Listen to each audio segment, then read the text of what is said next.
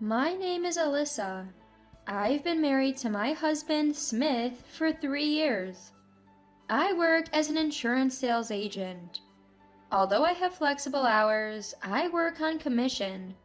So sometimes I get home later than Smith during busy periods.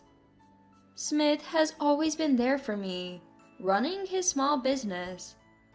We had a pretty good arrangement. I didn't have much time for housework, and Smith didn't mind doing it. But the issue has always been with my sister-in-law. My in-laws are really great people who have never mistreated me. However, sister-in-law is super attached to Smith. From the beginning of our relationship, she's been causing me problems. Despite multiple warnings from my in-laws, Smith has always taken her side. We argue about it now and then, but since we only see sister-in-law a few times a year, I didn't make a big deal about it. However, that doesn't mean I don't hold some resentment towards her. For example, I like a particular brand. While I don't splurge on it, I do buy things I want from my own savings or by working extra hard. She once accused me of getting those items from Smith and even stole from me.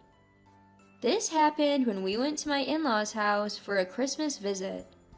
When we walked into the living room, sister-in-law was already a few drinks in. "Ah, Smith, you're back." Yeah, you're already drinking? "It's Christmas, come join me." Oh, alright then. As Smith was about to sit, I said, "We haven't even greeted everyone yet, and we're not staying the night, you know. If you start drinking now, we won't be able to drive home." She scoffed. "Geez, what a strict wife. It's fine. Smith can just stay here. Why do you need to go back together?" I retorted, "So that's what comes to your mind before even saying Merry Christmas?" She then annoyingly leaned on Smith and whined, "Smith, Alyssa is bullying me." I was so disgusted by Smith's failure to push sister-in-law away that I headed to the kitchen. "Mother-in-law, Merry Christmas." It seems that mother-in-law was so wrapped up in preparing a full-course Christmas meal and party that she didn't hear our exchange. "Oh, you're here. Sorry, I didn't notice. Merry Christmas." "Is Smith not here?" "Smith is in the living room with sister-in-law." "Oh, Smith didn't even greet me. I apologize." "No worries, it's not your fault, mother-in-law." As she said that, mother-in-law headed towards the living room. I followed her and found Smith evidently unable to refuse an offer to drink with sister-in-law. Mother-in-law saw this and said, "Smith, what are you doing here without even saying hello?" Well, Nora was feeling lonely, so we decided to have a drink together. "You should have greeted us first. I was wondering why only Alyssa came to greet us." I couldn't turn down the drink. Smith mumbled something, looking down, but I ignored him and took my seat. Just then, as I put my purse on the chair, sister-in-law perked up and started talking.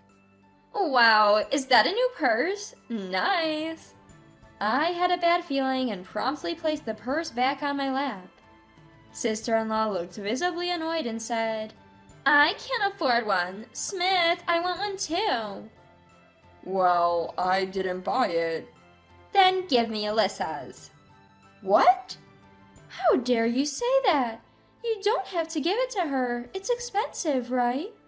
Who would hand over an item worth at least a few $1,000s, especially when it's practically brand new? I gave sister-in-law a dry laugh. "If you want one, go buy it yourself. You live at home, so if you work decently, you can afford it."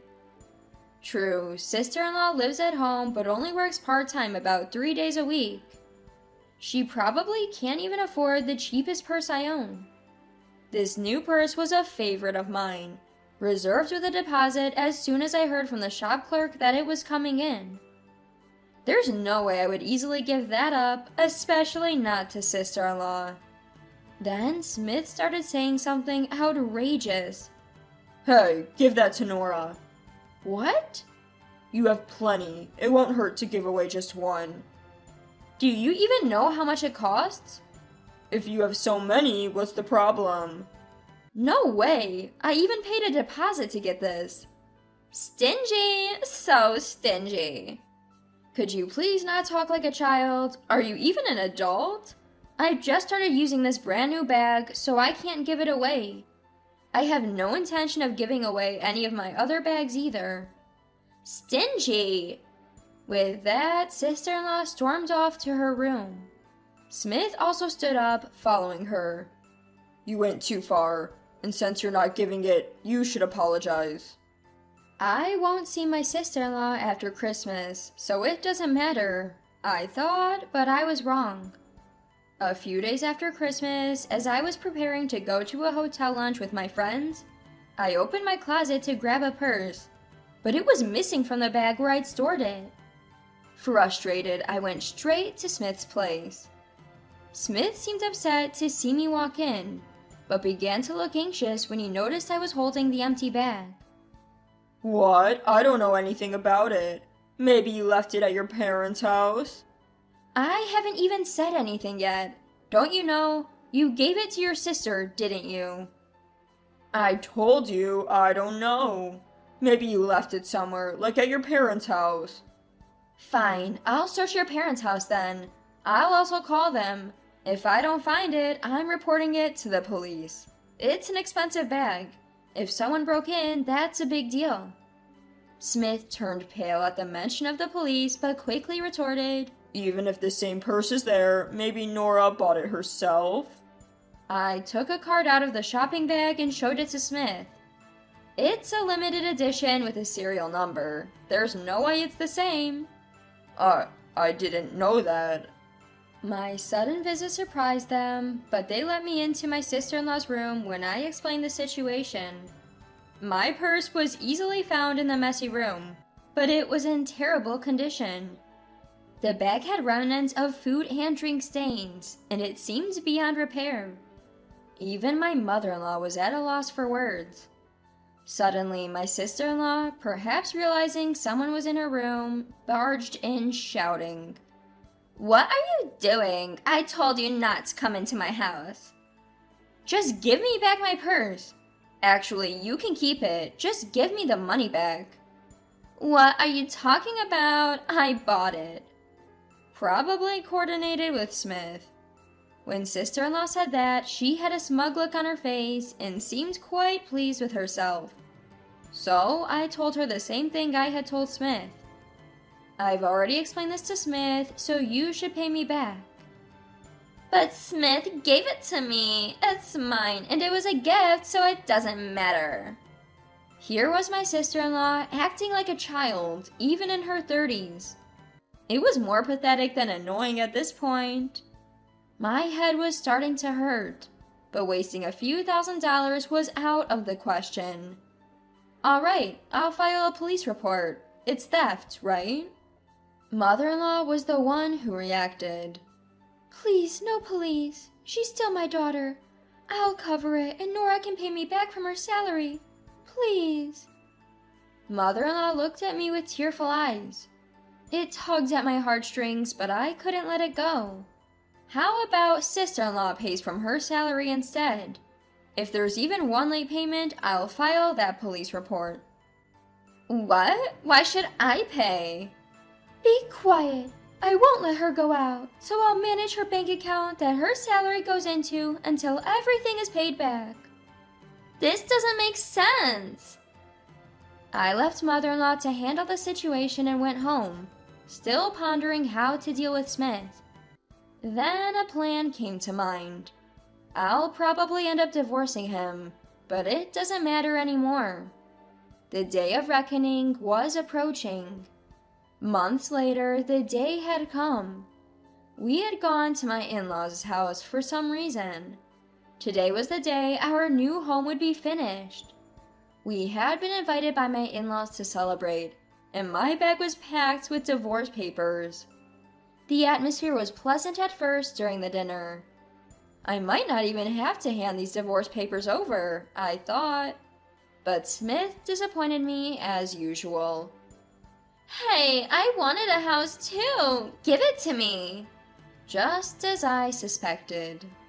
My in-laws' eyes bulged out at the ridiculous request. Father-in-law choked on his tea, and mother-in-law was speechless. And then I waited for Smith's response. His answer was, I'll give it to Nora. She won't be able to buy a home anyway. We can just build another one. If you oppose, we're getting a divorce. Too bad. I wish it was just drunk talk, but he looked serious. I hated the face he made, smiling while leaning on sister-in-law.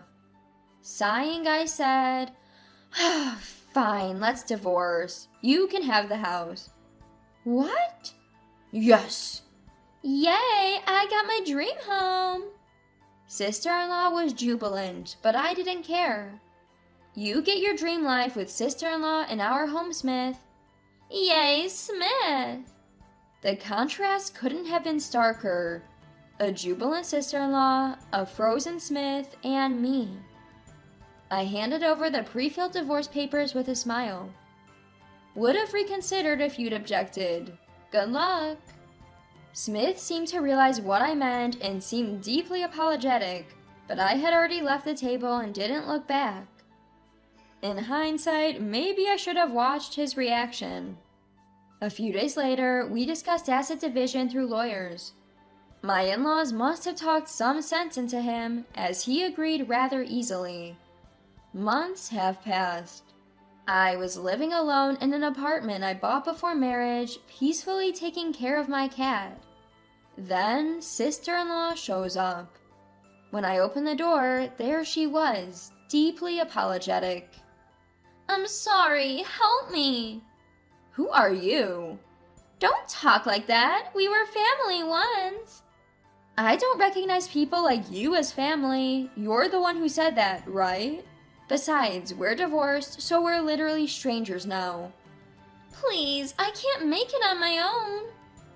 Upon a closer look, my sister-in-law was in rags. No wonder, Smith's earnings were less than the average temp jobs in the area. I said I'd leave the house, but I never said anything about continuing to pay the mortgage. The mortgage built around my income would be too much for Smith to handle. I bet the loan alone would swallow up his paycheck. Originally, the home was built so I could live there with Smith, but now I don't care anymore. I never thought Smith would earn so little. Neither did I. Smith is what you'd call a freelance writer. If he writes, he makes money. If he doesn't, well, no income. Smith hates working. He gets sick if he has to do regular work outside, so a regular job is out of the question for him. He's tried it before but quit after a few months. So he was content doing housework while I was the main breadwinner. I provided almost all of our living expenses, and even the down payment on the house came from my savings. I found out that Smith boasted how he funded our lifestyle and splurged on luxury items without contributing to living expenses. And when we got divorced, I learned he had even taken on debt. Wanna guess what the debt was for? Presents for sister-in-law. I knew something was off when I saw high-end clothes and accessories scattered in sister-in-law's room, items she couldn't afford on a part-time job. My suspicions led me to discover thousands of dollars in debt on Smith's credit card. Sure, he could pay it off if he worked, but let's be real. Someone accustomed to a laid-back lifestyle isn't going to suddenly work hard. Why not sell the house then? We've been cut off by Mom and Dad. They've sold our house and moved away. If we sell, we have nowhere to go. That caught me off guard. While my in-laws had always been soft on my harassing sister-in-law, I thought they would never actually abandon her. But it seems they'd finally reached their breaking point this time. No surprise there, with Smith falsifying his income and stealing the house from me, and sister-in-law sticking to him like glue. And then there's the home loan in tens of thousands of dollars. Even loving parents have their breaking point. It's what you chose, right? A home with just you and Smith. But Smith told me to sell my gifts, to work because we can't sell the house. That's on you. It's painful to see a 32-year-old crying at the doorstep. Actually, Smith is 10 years older than me. And believe it or not, sister-in-law is 8 years older than me. It's just pathetic that no one had set them straight before. But that's a separate issue. Why should I help people who've mistreated me all this time? I'll be going freelance a month after the divorce.